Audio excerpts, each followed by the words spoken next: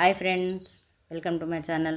ఈ ఛానల్ని వరకు సబ్స్క్రైబ్ చేసుకున్న వాళ్ళు ఉంటే ప్లీజ్ సబ్స్క్రైబ్ చేసుకోండి. అలాగే లైక్ చేయండి, షేర్ చేయండి, అలాగే కామెంట్ బాక్స్లో కామెంట్ చేయండి. ఈ వీడియోని అయితే చివరి వరకు చూడండి. ఇది ఆంధ్రప్రదేశ్లో ఉన్నటువంటి ఉండవెల్లి గృహ అండి. ఇది గుంటూరు జిల్లాలో ఉంది.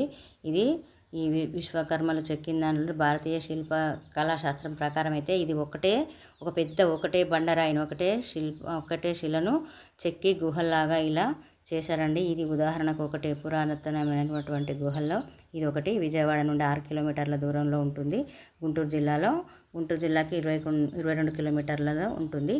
ఇది జాతీయ ప్రాముఖ్యత కలిగిన కేంద్రంలో ఇది ఒక ప్రాంతంగా ఉన్నదండి.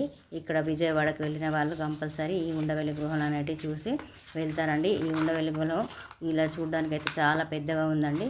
చుట్టుపక్కల ప్రశాంతంగా ఉంది. ఇది ఒక గుట్ట పైన ఉంది. ఇది ఒక కొండపైనే ఉంది. దీనికి ఇటు వెళ్ళడానికి ఒక పక్క మామూలు కాలినడక, అలాగా అటు సైడ్ నుండి మెట్ల దారి అనేది గుట్టపైకే ఉంది. మళ్ళీ దాని నుండి పై స్టెప్కి వెళ్తేనే మాత్రం ఇక్కడ పద్మనాభ స్వామి అనేది ఉంది. కింద ఒక గుహను ఇలా అరలుగా చెక్కారండి. దీనిలోకి వెళ్తే చాలా ప్రశాంతంగా చల్లగా కూడా ఉందండి. ఈ పైన మాత్రం ఇలా దేవుడి విగ్రహాలు చాలా ఉన్నాయి. అలాగే పద్మనాభుడు, వినాయకుడు, అమ్మవారు అనేది ఇలా గృహలో చాలా ఉన్నాయండి.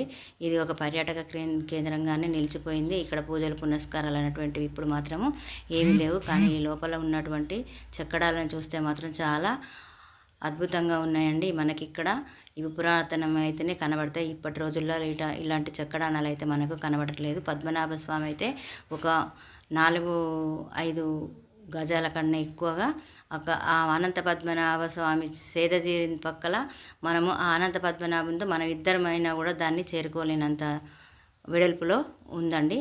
ఇలా చాలా చక్కగా ఈ గుహల్లో చూసిన వాటికైతే చాలా ప్రశాంతంగా అనిపించింది. అలాగే ఈ చుట్టుపక్కల అయితే అన్ని అరటి తోటలు, కొబ్బరి తోటలు, ప్రశాంతంగా పచ్చని వాతావరణంలో ఇదైతే చాలా బాగుందండి. ఇక్కడ లోపల మాత్రం ఎండ అని కూడా అనిపించలేదు. ఎండలో వెళ్తే చాలా ప్రశాంతంగా ఉంది. మీరు ఎప్పుడైనా విజయవాడ వెళ్తే ఇక్కడికి వెళ్ళొచ్చండి. పద్మనాభ స్వాముడు అయితే చాలా చక్కగా ప్రశాంతంగా సేదతీరి ఉన్నాడండి. మాకైతే చాలా బాగా అనిపించింది. ఇందులోపల అలంకరణకి వచ్చిన ప్రజలే తప్ప అక్కడ పూజారి కానీ ఎవరు కానీ ఉండరండి. ఈ వీడియో చివరి వరకు చూడండి. Thank you for watching.